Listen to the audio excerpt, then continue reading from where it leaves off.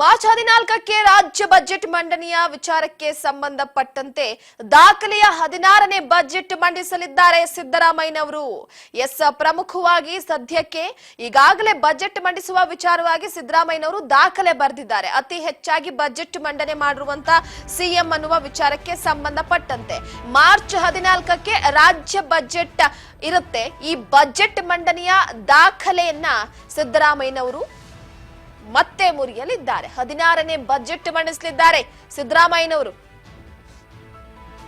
ಬಜೆಟ್ಗೂ ಮುನ್ನ ವಿಶ್ರಾಂತಿಯನ್ನ ಪಡಿತಾ ಇದ್ದಾರೆ ಸಿದ್ದರಾಮಯ್ಯನವರು. ವಿಶ್ರಾಂತಿ ಮೊರೆ ಹೋಗಿದ್ದಾರೆ. ವಿಶ್ರಾಂತಿ ಬಳಿಕ ಬಜೆಟ್ ಕೆಲಸವನ್ನ ಶುರು ಮಾಡಲಿದ್ದಾರೆ ಸಿದ್ದರಾಮಯ್ಯನವರು.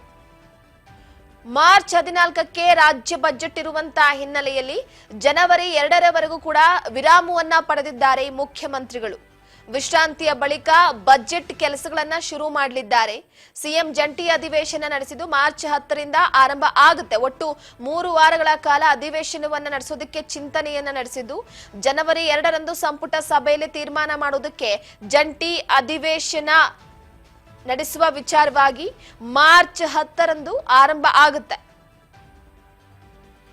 ಅಂದೇ ಉಭಯ ಸದನವನ್ನ ಉದ್ದೇಶಿಸಿ ರಾಜ್ಯಪಾಲರು ಕೂಡ ಭಾಷಣವನ್ನ ಮಾಡಲಿದ್ದಾರೆ.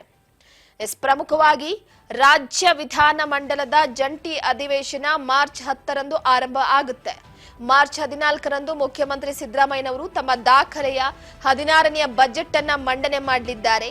ಈ ಸಲವೂ ಕೂಡ ಜಂಟಿ ಅಧಿವೇಶನ ಮುಂದುವರೆದ ಭಾಗವಾಗಿ ಬಜೆಟ್ ಅಧಿವೇಶನ ನಡೆಯಲಿದ್ದು ಒಟ್ಟು 3 ವಾರಗಳ ಕಾಲ ಈ ಒಂದು ಅಧಿವೇಶನವನ್ನ ನಡೆಸೋದಕ್ಕೆ ಉದ್ದೇಶವನ್ನ ಮಾಡಲಾಗಿದೆ.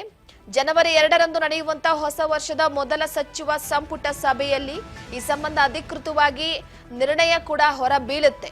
ಜನವರಿ ಅಥವಾ ಫೆಬ್ರವರಿ ತಿಂಗಳಲ್ಲಿ ಜಂಟಿ ಅಧಿವೇಶನ ನಡೆಸುವ ಸಂಪ್ರದಾಯ ಇದೆ. ಆದರೂ ಕೂಡ ಚಳಿಗಾಲದ ಅಧಿವೇಶನ ಈಗಷ್ಟೇ ಮುಗಿದಿರುವ ಹಿನ್ನೆಲೆಯಲ್ಲಿ ಬಜೆಟ್ ಅಧಿವೇಶನದ ಪೂರ್ವದಲ್ಲಿ ಮಾರ್ಚ್ 10ರಿಂದ 4 ದಿನಗಳ ಕಾಲ ಜಂಟಿ ಅಧಿವೇಶನ ನಡೆಸೋದಕ್ಕೆ ನಿರ್ಧಾರವನ್ನ ಮಾಡಲಾಗಿದೆ ಅಂತ ಸರ್ಕಾರದ ಉನ್ನತ ಮೂಲಗಳು ಈಗಾಗಲೇ ತಿಳಿಸಿರುವಂತದ್ದು. ಅಂದ್ರೆ ಮಾರ್ಚ್ 10ರಂದು ಸೋಮವಾರ ರಾಜ್ಯಪಾಲ ಥಾವರ್ ಚಂದ್ ಗೆಹ್ಲೋಟ್ ಅವರು ವಿಧಾನಮಂಡಲ ಉಭಯ ಸದನಗಳನ್ನ ಉದ್ದೇಶಿಸಿ ಮಾತನಾಡಲಿದ್ದಾರೆ. ಒಟ್ಟು 4 ದಿನಗಳ ಕಲಾಪ ನಡೆಯಲಿದ್ದು ಸಿದ್ದರಾಮಯ್ಯ ಅವರು ಜನವರಿ 2ರಿಂದ ಇಲಾಖಾವಾರು ಪ್ರಗತಿ ಪರಿಶೀಲನೆಯ ಜೊತೆಗೆ ಬಜೆಟ್ ತಯಾರಿಯನ್ನು ಕೂಡ ಕೈಗೊಳ್ಳಲಿದ್ದಾರೆ. 3 ವಾರಗಳಿಂದ ನಿರಂತರವಾಗಿ ಪ್ರವಾಸ ಹಾಗೂ ಕಾರ್ಯಕ್ರಮಗಳ ಒತ್ತಡದಲ್ಲಿದ್ದಂತಹ ಸಿಎಂ ಸಿದ್ದರಾಮಯ್ಯನವರು ಭಾನುವಾರದಿಂದ ವಿಶ್ರಾಂತಿಯನ್ನ ಪಡೆಯಲಿದ್ದಾರೆ. ಕಳೆದ ಡಿಸೆಂಬರ್ 9ರಿಂದ ಆರಂಭವಾದಂತಹ ವಿಧಾನಮಂಡಲ ಅಧಿವೇಶನ ಬಳಿಕ ಬೆಳಗಾವಿಯಲ್ಲಿ ಕಾಂಗ್ರೆಸ್ ಕಾರ್ಯಕಾರಿಣಿ ಸಭೆ ಸಮಿತಿ ಅದರ ಜೊತೆಗೆ ಡಾಕ್ಟರ್ ಮನಮೋಹನ್ ಸಿಂಗ್ ಅವರ ನಿಧನದ ಹಿನ್ನೆಲೆಯಲ್ಲಿ ದಿಲ್ಲಿ ಪ್ರವಾಸ ಸೇರಿದಂತೆ ಸಿಎಂ ಸಿದ್ದರಾಮಯ್ಯನವರು ಬಿಡುವಿಲ್ಲದ ಕಾರ್ಯಕ್ರಮದ ಒತ್ತಡದಲ್ಲಿದ್ರು.